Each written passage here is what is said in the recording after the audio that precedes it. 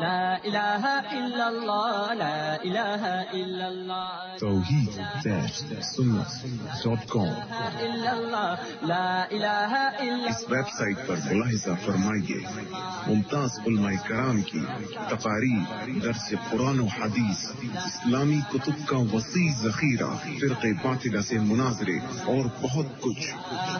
إلا الله لا إله إلا الله لا إله الحمد لله وكفى وسلام على عباده الذين اصطفى أما بعد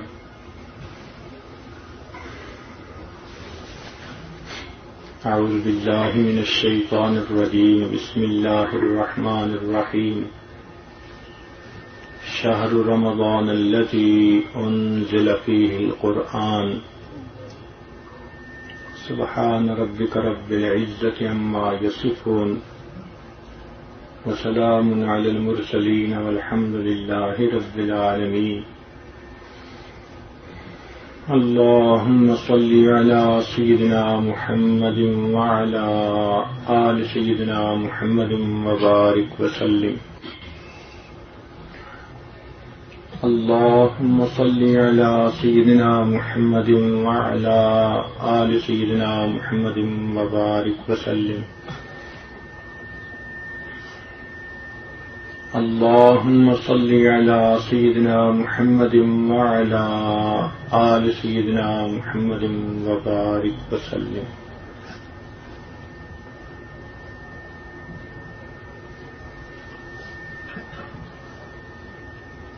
اللہ رب العزت نے جب نفس انسانی کو پیدا فرمایا تو اس سے پوچھا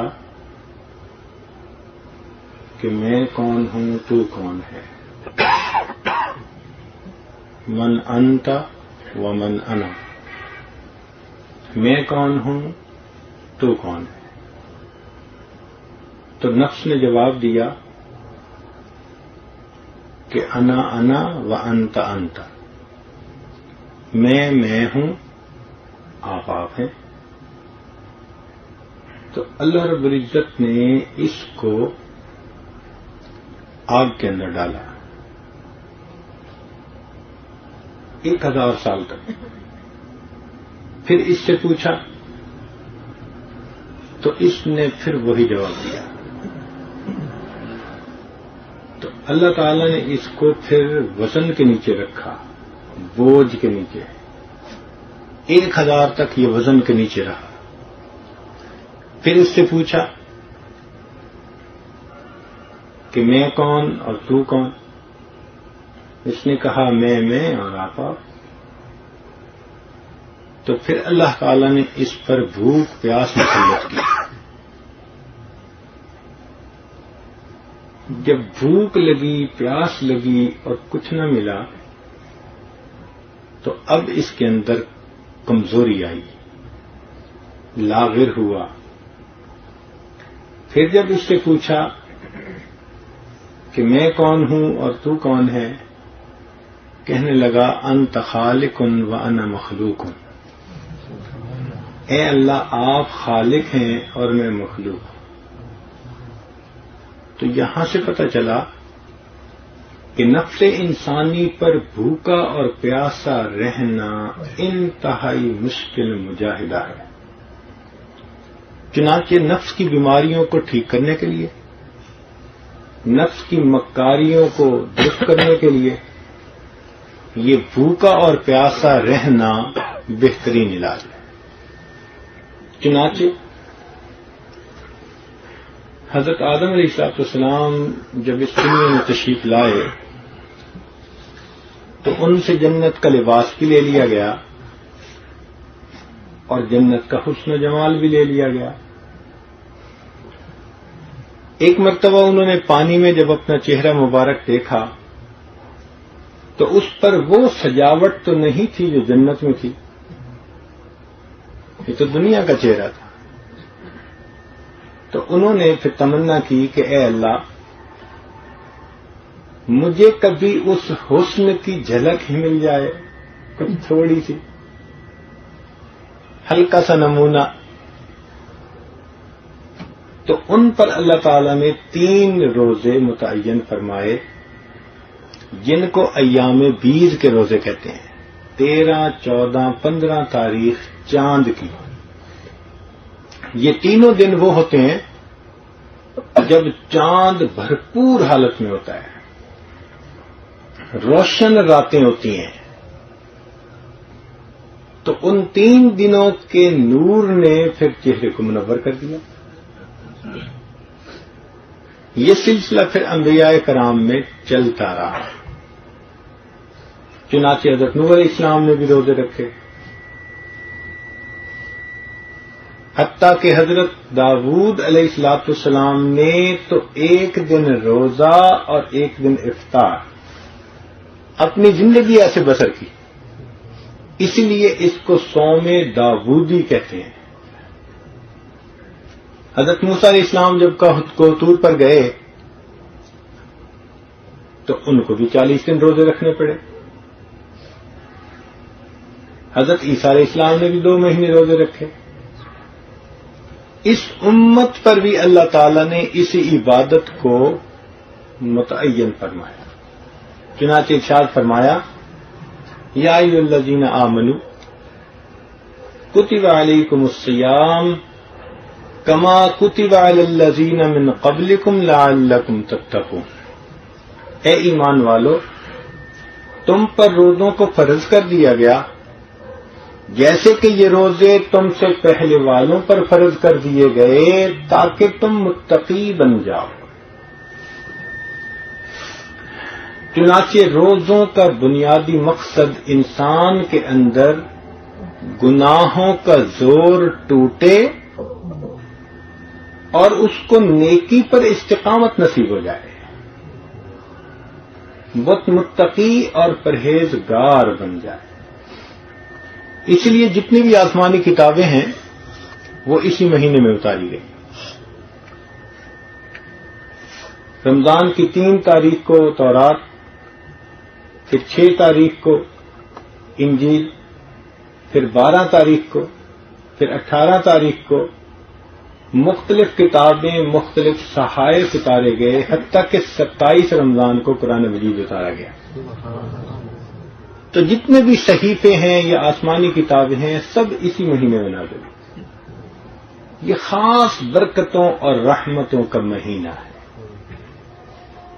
انسان کو نیک بنانے کے لیے اس ایک مہینے کے اندر اتنی برکتیں ہیں کہ زندگی کا رخ بدل سکتی ہے. مگر ہم روزہ کو رکھیں شرائط کے ساتھ. آج کل تو روزہ ہم ایسے رکھتے ہیں کہ فجر میں اتنا کھاتے ہیں کہ مغرب تک کھٹی ڈکاریں ہی آتی رہیں, اور عصر جب شروع ہوتی ہے تو پڑھتے ہی پھر روزے کا سوگ منانا شروع کر دیتے ہیں. دسترخوان لگا کے, چیزیں سجا کے بیٹھے ہوتے ہیں مسکین بن کے کہ دیکھو ہر چیز سامنے ہے, ہم کھا نہیں سکتے. اور ادھر روزہ افطار ہو رہا ہوتا ہے اور قبولیت دعا کا وقت ہوتا ہے, اور ہم لگے ہوتے ہیں کہ چٹنی لانا اور دہی بھلے بھول گئے اور دودھ سوڈا کہاں ہے, ہم ان باتوں میں لگے ہوتے ہیں. وہ جو قبولیت دعا کا وقت تھا اس کو بھی ہم صحیح طرح سے کیش نہیں کروا پاتے. اس لیے نبی علیہ السلام نے فرمایا نوجوانوں کو کہ اے نوجوانوں, تم میں سے جو کوئی نکاح کرنے کی استطاعت رکھتا ہو تو اس کو چاہیے کہ نکاح کرے, کیونکہ جوانی کی زندگی میں انسان گناہ سے نہیں بچ سکتا. تو جب گناہ سے نہیں بچ سکتا تو اس کا جائز طریقہ اپنا لینا چاہیے. اگر بھوک لگی ہے تو بندے کو چاہیے کہ کھانا کھائے, تو فرمایا کہ اس کو چاہیے کہ نکاح کر لے. اور جس کے پاس نکاح کی استطاعت نہ ہو، حالات ایسے نہ ہوں، تو اس کو چاہیے کہ روزے رکھے۔ معلوم ہوا کہ نبی علیہ الصلوۃ والسلام نے جو نوجوانوں کے لیے دوا روحانی تجویز کی وہ روزوں کی تھی۔ روزے رکھیں، ذرا اپنے آپ کو بھوکا پیاسا رکھیں، تو پھر نفس کی انانیت ٹوٹتی ہے، زور ٹوٹتا ہے، اور انسان کے اندر گناہوں کا جوش کم ہو جاتا ہے۔ گناہوں کی وجہ سے انسان بہت مصیبتیں اپنے سر پہ لے لیتا ہے۔ یاد رکھیں، اللہ تعالیٰ ارشاد فرماتے ہیں ظاہر الفساد فی البر والبحر بما کسبت ایدی الناس،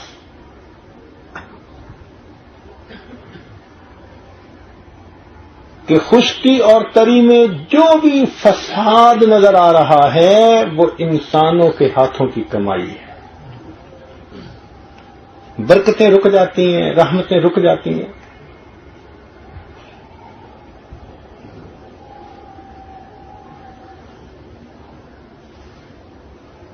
ایک چھتری ہوتی ہے نا آدمی کے اوپر، جو اسے بارش سے جو ہے بچاتی ہے، ایسے ہی ہر کلمہ گو کے اوپر اللہ تعالی کی رحمت اور برکت کی چھتری ہوتی ہے، لیکن کچھ لوگوں نے اس چھتری کو الٹا کیا ہوا ہوتا ہے۔ یہ ٹی وی کی سکرینیں دیکھی ہیں جو اوپر انٹینے لگے ہوتے ہیں، یہ انٹینے کیسے ہوتے ہیں؟ وہ چھتری الٹی پڑی ہوتی ہے، یعنی وہ بتا رہے ہیں کہ ہم نے اللہ تعالی کی رحمت کی چھتری کو الٹا کیا ہوا۔ نتیجہ کیا ہوتا ہے؟ ایک مصیبت ختم نہیں ہوتی، دوسری اوپر سے، وہ ختم نہیں ہوتی، تیسری اوپر سے۔ جتنا بھی بندہ گناہوں کے راستے پہ بھاگ لے، بالآخر اللہ تعالیٰ اس کو دنیا میں پریشان کر دیں گے۔ چنانچہ گناہوں کی وجہ سے اتنا انسان پریشان، سکون نہیں ہے۔ آج آپ مشرق مغرب شمال جنوب کہیں سفر کر لیں، لوگوں کے پاس مال ملے گا، اچھے گھر ملیں گے، سواریاں ملیں گی، بیوی ہے، اولاد ہے، کارخانے ہیں، عزت ہے، سب کچھ ہے، دل کا سکون نہیں ہے،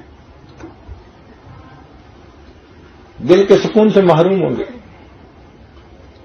کیونکہ گناہوں کے اثرات میں سے ایک اثر یہ بھی ہوتا ہے کہ انسان کے دل کو اللہ تعالیٰ پریشان کر دیتے ہیں۔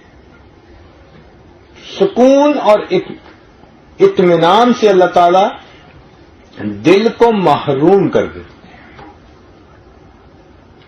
چنانچہ آپ اس کو آزما کے دیکھ لیں، کوئی بندہ جو آپ کو من مرضی کی زندگی گزارتا نظر آئے، چاہے دیکھنے میں بڑا مال پیسے والا، آپ ذرا اس کو قریب سے ہو کے اندر سے ٹٹول کے دیکھیں، اپنی زبان سے کہے گا کہ جتنا میں پریشان اتنا شاید دنیا میں کوئی دوسرا پریشان نہیں ہوگا۔ جب تک وہ نیند نہیں آتی، گولیاں کھاتے ہیں نیند کی، تب جا کے ان کو نیند آتی ہے۔ تو آخر گناہوں کا وبال اسی دنیا میں ان کو مل کے رہتا ہے، اور جو نیکوکاری اور پرہیزگاری پہ زندگی گزارنے والے ہوں، اللہ تعالی کی طرف سے سکون کی زندگی نصیب ہوتی ہے۔ چاہے ان کے پاس کھانے کو خشک روٹی ہو، مگر ان کے دلوں میں وہ سکون ہوتا ہے جو وقت کے بادشاہوں کے دلوں میں بھی نہیں ہوا کرتا۔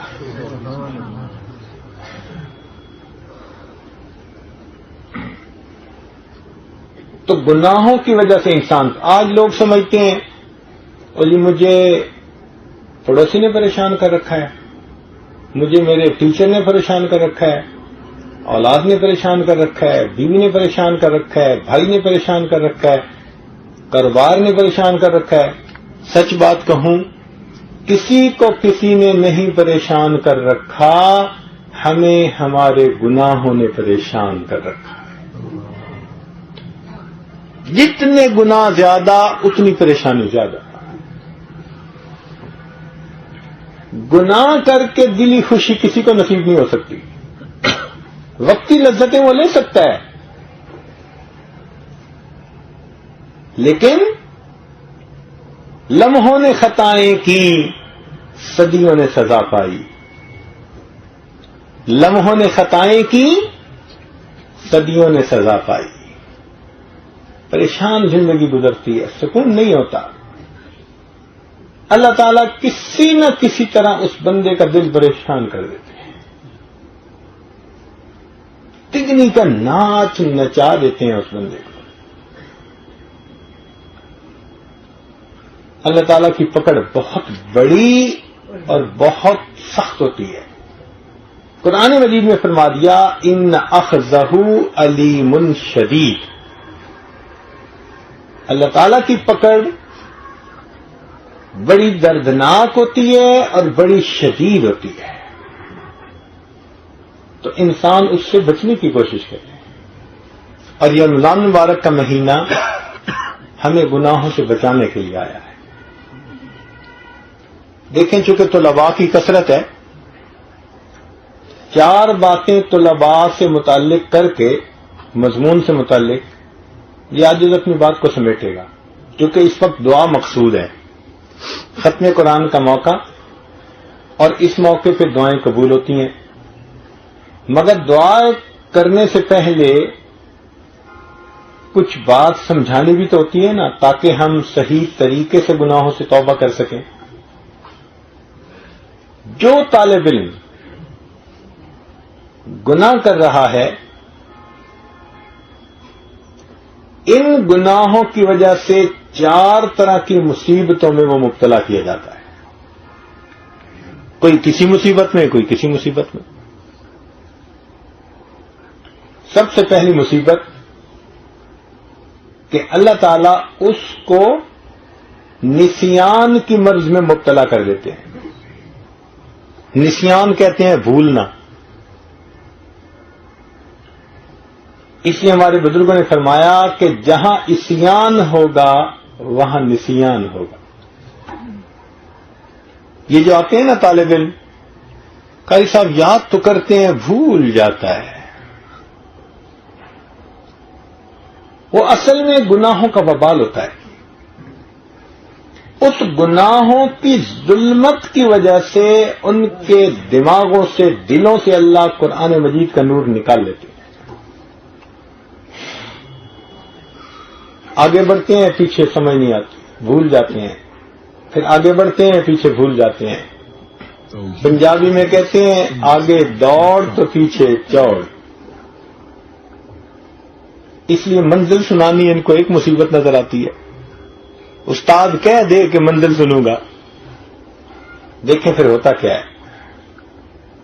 بہانے کریں گے، جی استاد جی یاد تو کیا تھا. بھائی یاد تو کیا تھا، لیکن اس کے ساتھ ساتھ اور کیا کیا تھا کہ جس کی وجہ سے بھول گئے. حدیث پاک کا مفہوم کہ جس طرح اونٹ اپنی رسی سے جلدی چھڑا کے نکل جاتا ہے، قرآن مجید اسی طرح انسان کے سینے سے گناہوں کی وجہ سے جلدی نکل جاتا ہے.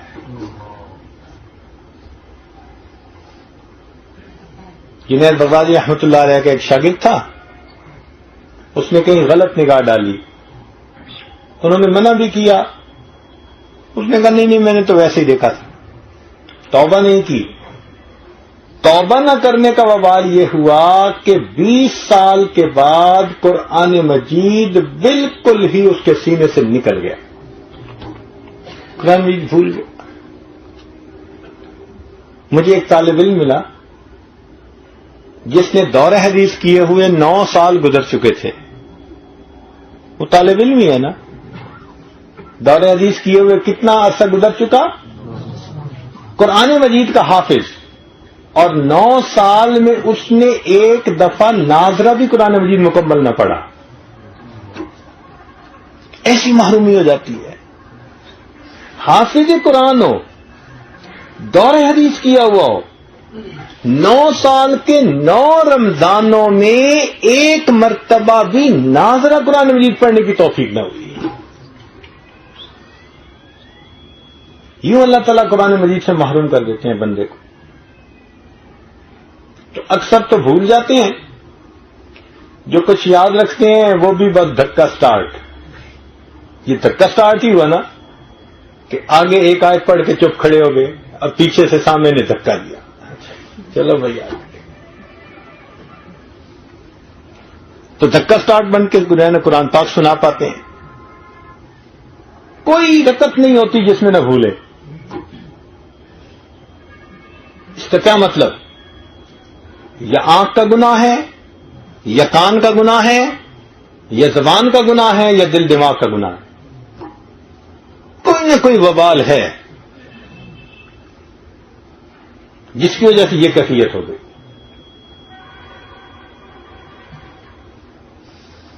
تو یہ مصیبت پہلی ہوتی ہے. اکثر طلباء اس مصیبت میں گرفتار ہوتے ہیں. دل میں غیر اللہ کی محبت آئی اور قرآن مجید کی نعمت سے محرومی ہوئی. تو جہاں عصیان ہوگا وہاں نسیان ہوگا. نسیان بھول کو کہتے ہیں.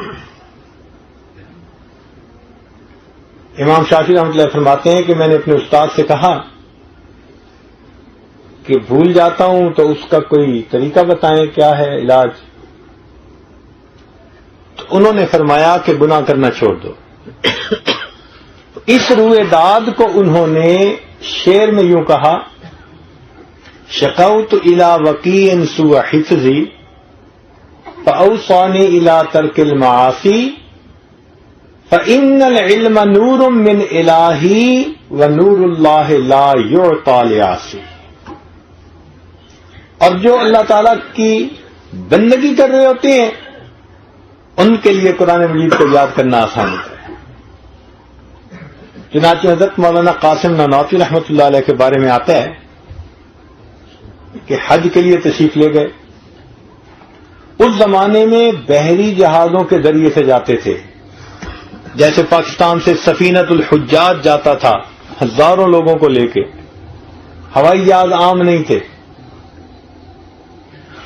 اب کئی مرتبہ ایسے ہوتا کہ جہاز چلا اور راستے میں بحری طوفان آ گیا تو طوفان کی حالت میں جہاز کو لنگر انداز کرنا پڑتا تھا. لنگر ڈال دو، وہیں کھڑے ہو جاؤ بس. اگر لنگر نہ ڈالیں تو جیسے آتی ہیں لہریں تو لہروں کے ساتھ جہاز ایسے اوپر نیچے ہوتا ہے. اور کئی مرتبہ لہر اتنی اونچی کہ جہاز یوں جو ہوا تو یوں گر جاتا ہے. پورے کے پورے مسافری سمندر کے اندر جہاز ڈوب جاتا ہے. تو اس لیے وہاں پھر انتظار کرنا پڑتا تھا. اب کئی دفعہ طوفان 15 دن بعد اترا، مہینے بعد اترا.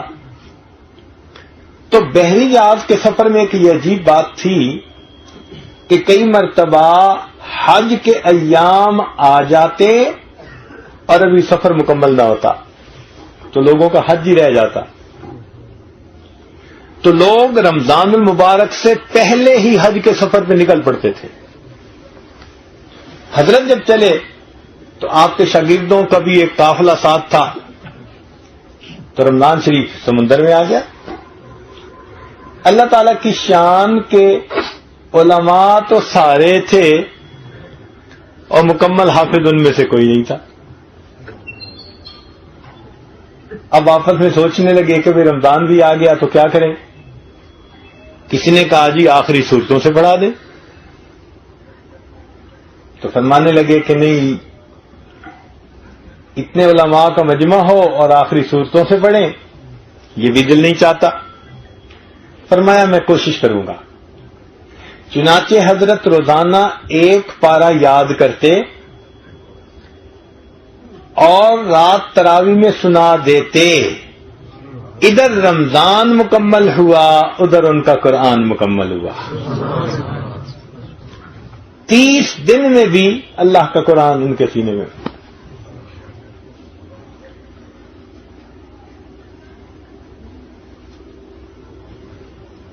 تو اگر تقوی ہو، پرہیزگاری ہو، نیکوکاری ہو تو قرآن مجید کو یاد کرنا آسان ہوتا ہے، نقش ہوتا چلا جاتا ہے انسان کے دل و دماغ میں. اور اگر گناہ ہو تو یاد کیا وہی بھول جاتا ہے. وہ طوطے کی طرح رٹنے والی بات ہوتی ہے. طوطا رٹ رہا ہوتا ہے مگر اس کی زبان سے نیچے کچھ نہیں جاتا، وہ زبان تک ہی ہوتا ہے. کسی نے طوطا پالا تھا تو اس کو اللہ اللہ کا لفظ سکھایا. لوگ دور دور سے دیکھنے آتے کہ جی طوطا اللہ اللہ کا لفظ بولتا ہے. ایک دن یہ آدمی غسل خانے میں نہانے گیا تو اچانک اس نے طوطے کی ٹی ٹی کی آواز سنی. جب ذرا جلدی میں باہر آیا کپڑے پہن کے تو دیکھا کہ بلی اس کے طوطے کو پکڑ کے لے گئی. بڑا اس کو افسوس ہوا. ایک اللہ والے کے پاس بیٹھا تھا تو اپنے واقعہ سنایا کہ جی میرے طوطے کو بلی نے کھا لیا، اور طوطا اللہ اللہ بھی کہتا تھا. تو اس نے ایک سوال پوچھا کہ حضرت مجھے یہ سمجھ نہیں آئی کہ طوطے کو سکھایا تو میں نے اللہ اللہ تھا، لیکن مجھے اس کی آواز ٹی ٹی کی آئی. تو اللہ والوں نے اس کو بات سمجھائی. انہوں نے کہا دیکھو بھائی، آپ نے جو اس کو اللہ اللہ سکھایا تھا اس کی زبان پہ اللہ کا لفظ تھا، اس کے دل میں ٹی ٹی تھی. اور موت کے وقت وہ کچھ نکلتا ہے جو دل میں ہوتا ہے، جو زبان پہ ہوتا ہے وہ کام نہیں آتا. تو بعض طلباء ایسے ہی ہوتے ہیں، ان کی زبان پہ اللہ کا قرآن ہوتا ہے اور ان کے دل میں مخلوق کی محبت کی ٹی ٹی ہوتی ہے. نتیجہ کیا نکلتا ہے کہ بالآخر وہ اندر کی ٹی ٹی غالب آ جاتی ہے.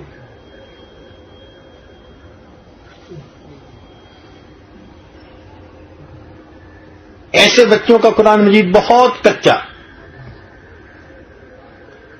تو جو طالب علم گناہوں سے سچی توبہ نہ کرے اس کو 4 طرح سے مصیبت میں ڈالا جاتا ہے. عزیز طلباء کتنے طرح سے؟ ذرا اونچا بولے نا. آپ کو سبق یاد کروائیں اور پھر دعا کریں. کتنی طرح سے مصیبت میں ڈالا جاتا ہے؟ پہلی طرح کون؟ نسیان. کہ قرآن مجید بھول جاتا ہے وہ بچہ، اس کو یاد ہی نہیں ہوتا. کھپتا رہے، سر مارتا رہے، پڑھتا رہے، یاد ہی نہیں ہوتا.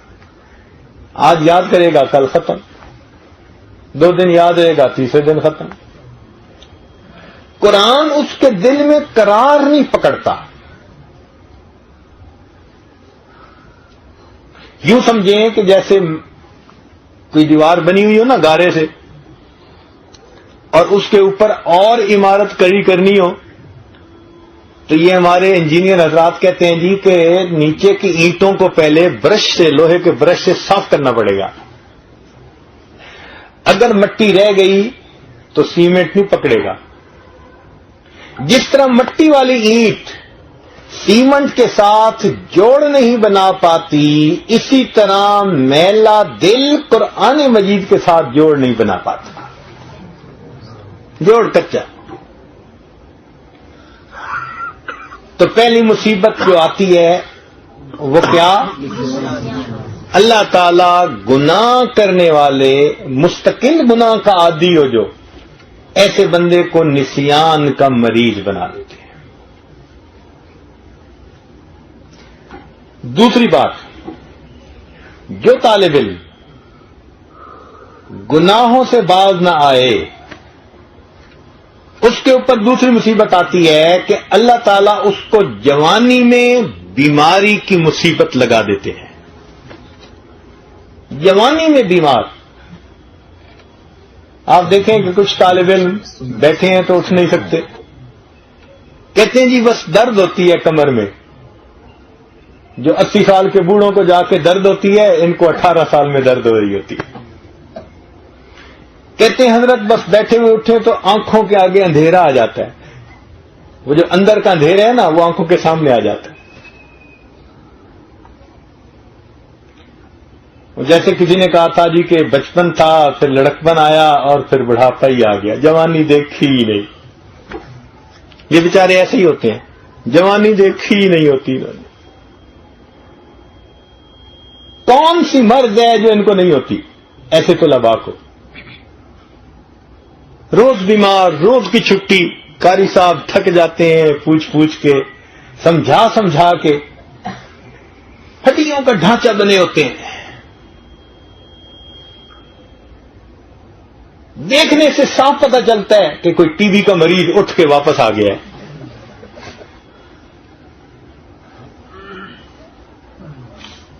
این جوانی کے اندر ایسے بندے کو اللہ تعالی بیماری لگا دیتے ہیں، اور کئی دفعہ تو ایسی بیماری ہوتی ہے جو لے کے چلتی ہے پوری عمر.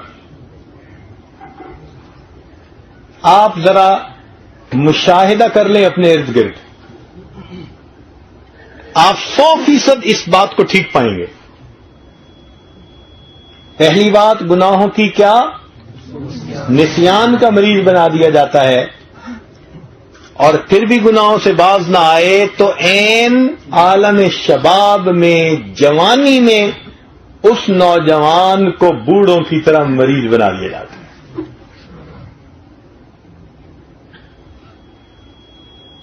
دیکھنے میں نوجوان مگر اندر سے کھوکھلا، جیسے دیمک چاٹ لیتی ہے نا، ایسے اس کی جوانی کو گناہ چاٹ لیتے.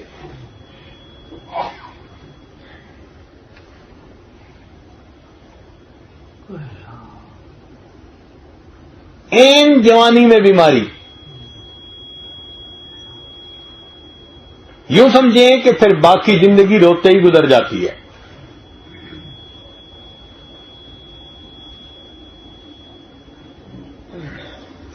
کبھی تو ڈپریشن کا مرض ہو جاتا ہے ان کو، مایوسی کی بیماری. چنانچہ کتنے نوجوانوں کو آپ دیکھیں گے مایوسی ان کے دماغوں میں. پھر ان کو نہ خدا اچھا لگتا ہے، نہ دین اچھا لگتا ہے، نہ کچھ اچھا لگتا ہے. وہ گناہوں کا وبال ہوتا ہے، اپنے ہاتھوں سے جہنم جانے کا راستہ ہموار کر رہے ہوتے ہیں. تو جو بچہ طالب علم کے زمانے میں گناہ کرے اور توبہ نہ کرے، 4 طرح کی مصیبتوں میں سے کسی ایک مصیبت میں آزمایا جاتا ہے. پہلی مصیبت، اللہ تعالیٰ اس کو نسیان کا مریض بنا دیتے ہیں. دوسری مصیبت کہ اللہ رب العزت اس بندے کو عالم شباب میں، جوانی میں بیماریوں کا مجموعہ بنا دیتے ہیں.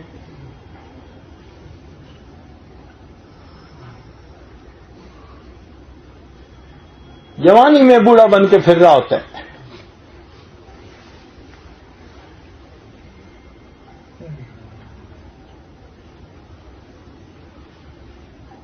بیماریوں کا مجموعہ.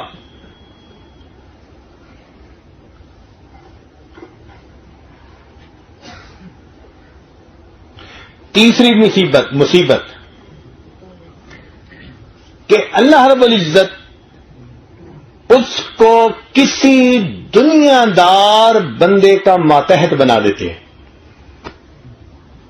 اللہ تعالیٰ اس کو کسی نہ کسی دنیا دار بندے کا ماتحت بنا دیتے ہیں. ان کے سامنے اس کو رسوا کرتے ہیں. ہے قرآن والا مگر دنیا داروں کے پیچھے پھر رہا ہوتا ہے.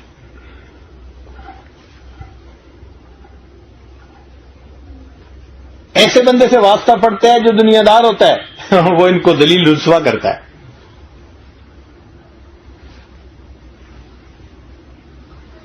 کہیں دکان پہ پہنچ گئے، کہیں دفتر پہنچ گئے، کہیں سکول پہنچ گئے،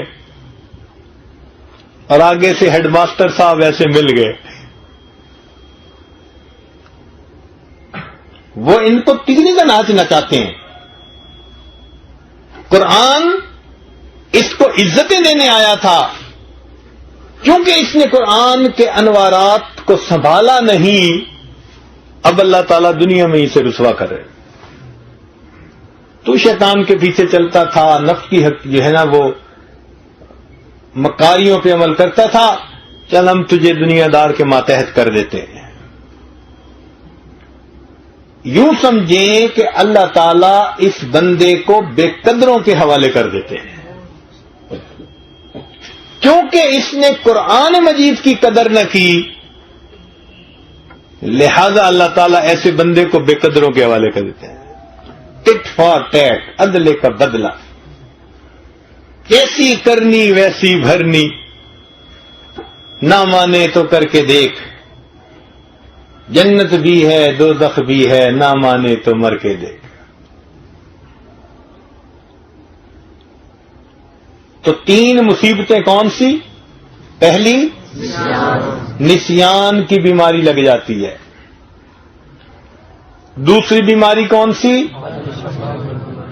عالم شباب میں بیماریوں کا مجموعہ بن جاتا ہے.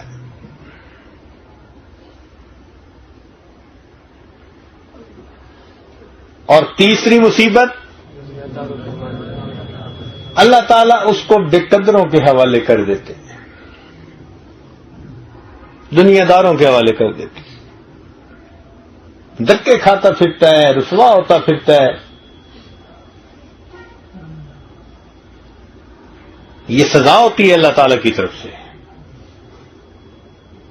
اور چوتھی مصیبت کہ اللہ تعالیٰ اس کو ویران بے آباد جگہوں پہ بٹھا دیتے ہیں. مسجد ہے تو نمازی نہیں, مدرسہ ہے تو شاگرد نہیں, گھر ہے مگر دین کا تعلق رکھنے والا کوئی بندہ نہیں.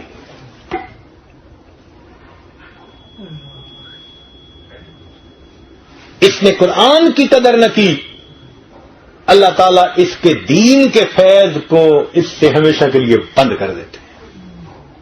دیکھا نہیں کتنے نوجوان ہوتے ہیں, خود ہی مؤذن, خود ہی مکبر, خود ہی امام اور خود ہی مقتدی, پیچھے کوئی بھی نہیں ہوتا. اس قرآن کا سینے میں کیا فائدہ ہوا؟ مدرسہ بنا کے بیٹھ جاتے ہیں اور قریب آنے والا کوئی نہیں ہوتا. عمارت کھڑی کر دی, اکثر ایسے مدارس جو بنے ہوئے ہوتے ہیں وہ بعد میں اسکول بن جاتے ہیں. اکثر جگہوں پہ ہم نے یہ مشاہدہ کیا کہ ایسے لوگ پیسے کے زور پہ, تعلقات کی بنیاد پہ مدرسہ بنا بھی لیتے ہیں. اللہ اس عمارت کو قرآن کے فیض کی بجائے انگریزی کے لیے استعمال کرے.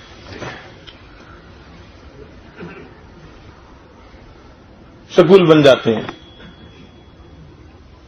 خود بھی سکولوں میں چلے جاتے ہیں, پھر ننگے سر پھر رہے ہوتے ہیں.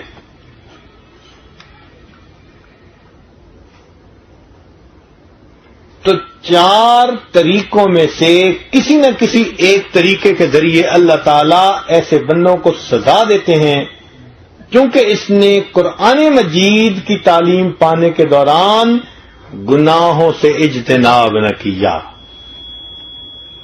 اور جو بندہ گناہوں سے اجتناب کرتا ہے, قرآن کی وجہ سے اللہ تعالیٰ اس بندے کو عزتیں عطا فرماتے ہیں. چنانچہ فرمایا ان اللہ یرفع بہذا الکتاب اقواما, اللہ تعالیٰ اس کتاب کے ذریعے قوموں کو بلندی عطا فرماتے ہیں, عزتیں ملتی ہیں قرآن کے صدقے. یاد رکھیے قرآن کا نور جب سینے میں آتا ہے نا, اس بندے کو دنیا میں معزز بنا دیتا ہے.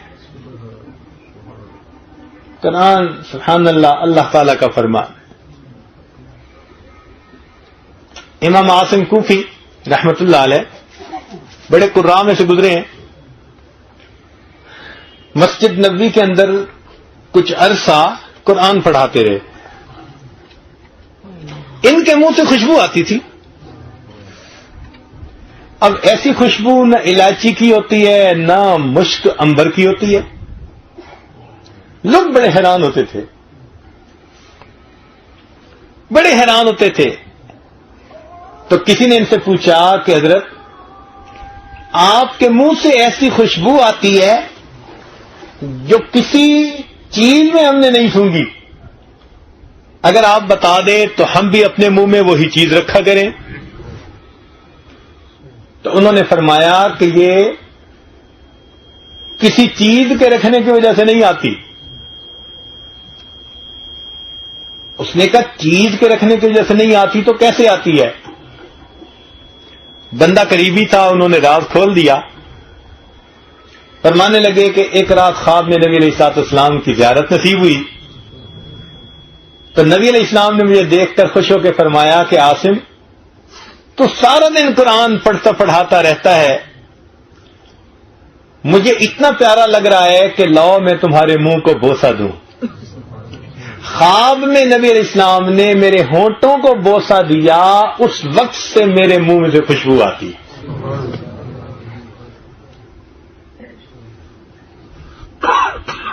جو قرآن کی عظمت کا خیال رکھنے والے ہوتے ہیں اللہ تعالیٰ ان کو دنیا میں یوں نعمتیں عطا فرماتے ہیں.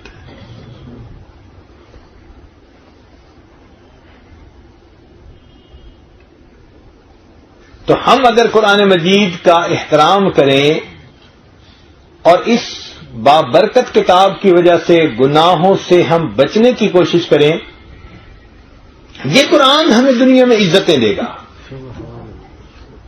عزتیں عطا کرے گا، برکتیں عطا کرے گا. چنانچہ عمر رضی اللہ عنہ کا مشہور واقعہ ہے، فوج کے ساتھ جا رہے تھے مکہ مکرمہ کی پہاڑیوں پہ، ایک جگہ کھڑے ہو کر نیچے دیکھنے لگ گئے. سخت دھوپ تھی.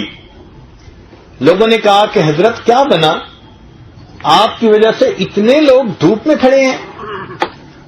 فرمایا میں نیچے وادی کو دیکھ رہا ہوں جہاں اسلام لانے سے پہلے، جہاں اسلام لانے سے پہلے میں اپنے اونٹ چرانے آتا تھا اور مجھے اونٹ چرانے کا طریقہ نہیں آتا تھا. میرے اونٹ خالی پیٹ واپس جاتے تو میرا والد خطاب مجھے کوستا تھا، پیٹتا تھا، مارتا تھا، کہتا تھا عمر تو بھی کیا زندگی گزارے گا کہ تجھے اونٹ چرانے نہیں آتے. میں آج اپنے اس وقت تو یاد کر رہا ہوں کہ جب عمر کو اونٹ چرانے نہیں آتے تھے، اور آج اس وقت تو یاد کر رہا ہوں جب اسلام اور قرآن کی برکت سے اللہ نے عمر کو امیر المومنین بنا دیا ہے.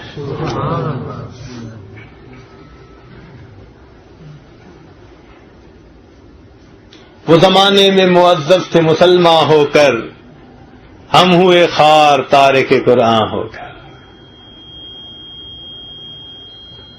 اسی لیے چونکہ گناہوں سے بچتے نہیں، خشیت نہیں ہوتی. قرآن پڑھتے ہیں دل پہ اثر کوئی نہیں ہوتا.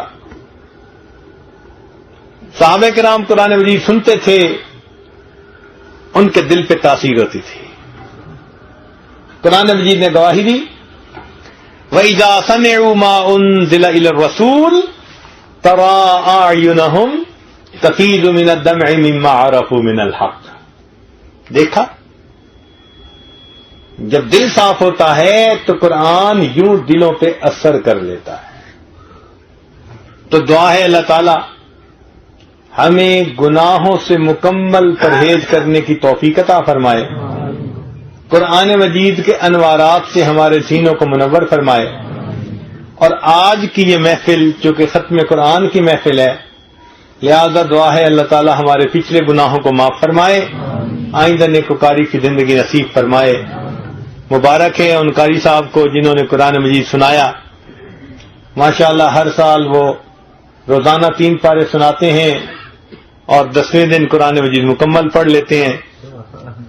امام اعظم ابو حنیفہ رحمۃ اللہ علیہ کا بھی معمول یہی تھا. ہمارے بہت سارے بزرگ گزرے ان کا یہی معمول رہا.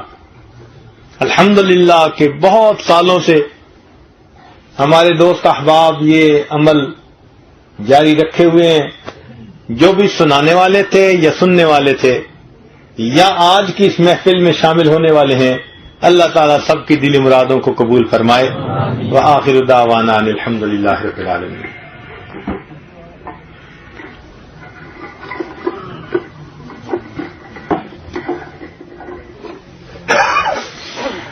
دعا کر لیجیے. سبحان ربی الاعلی وحب اللہم صلی علی سیدنا محمد وعلی آل سیدنا محمد.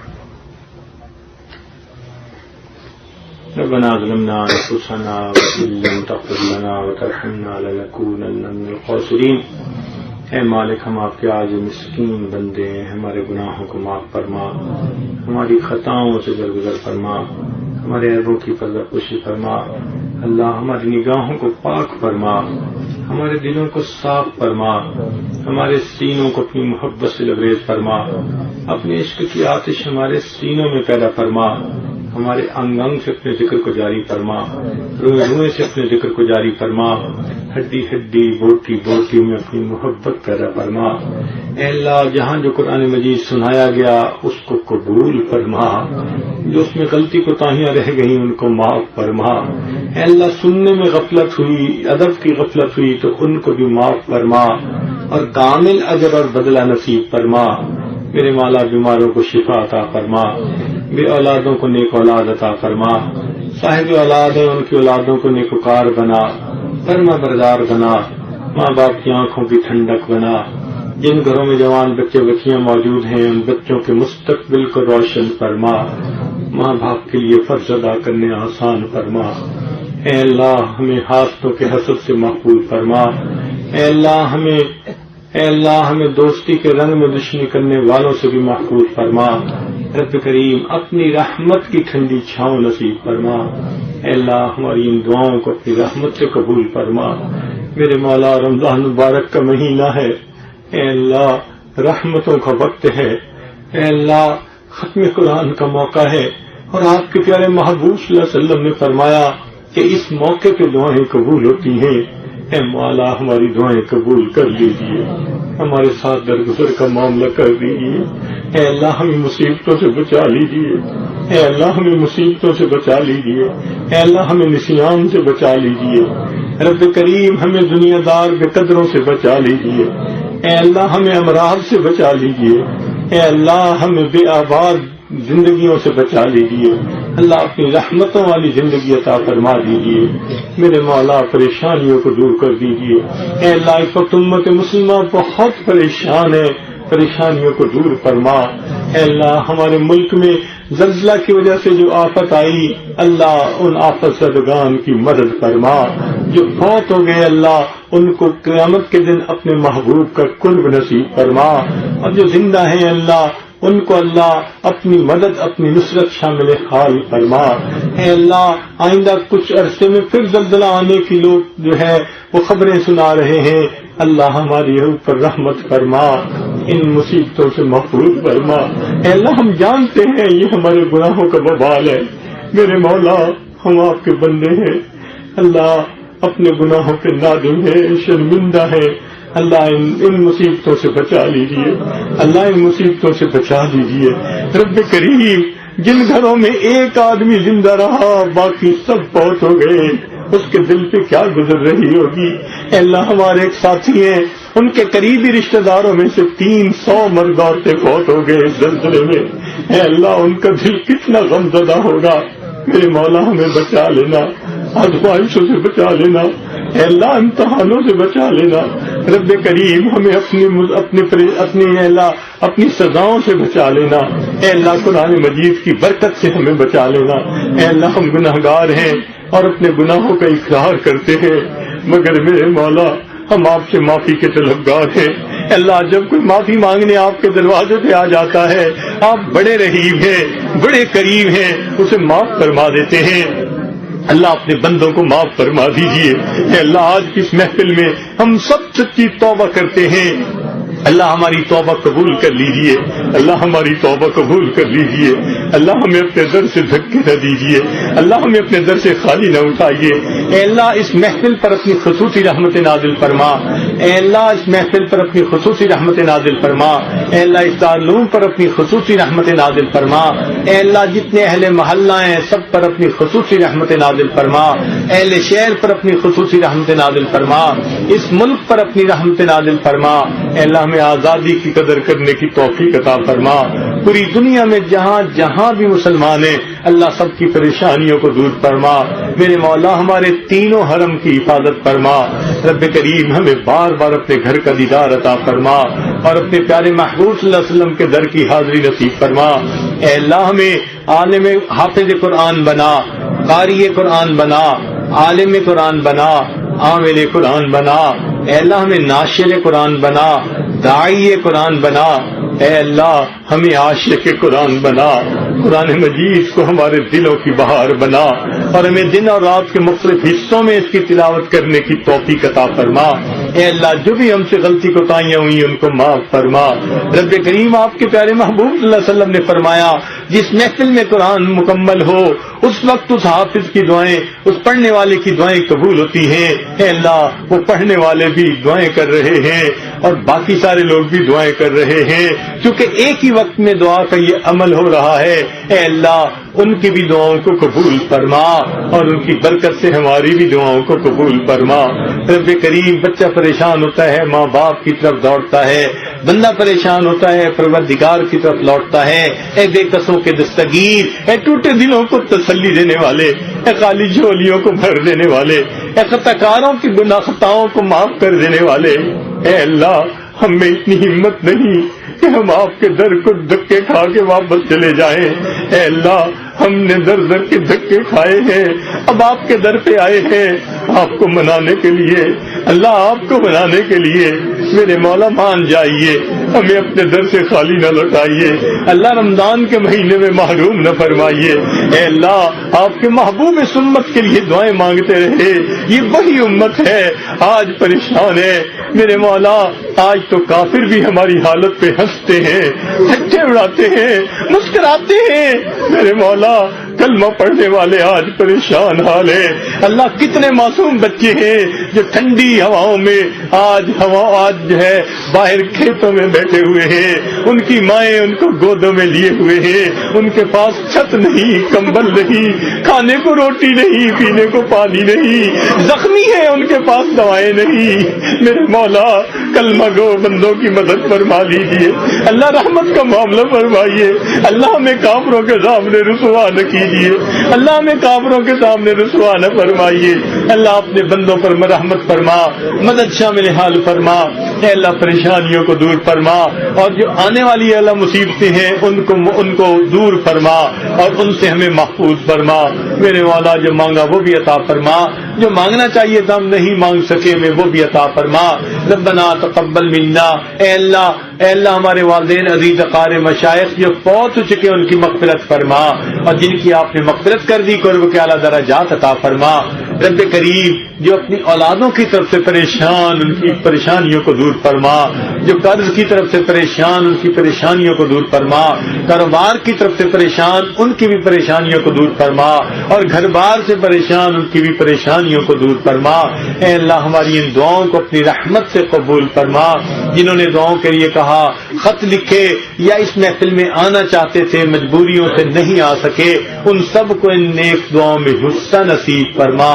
ربنا تقبل منا انك انت السميع العليم تب علينا انك انت التواب الرحيم صلى الله تعالى على حبيبه سيدنا محمد وآله وأصحابه أجمعين برحمتك يا أرحم الراحمين۔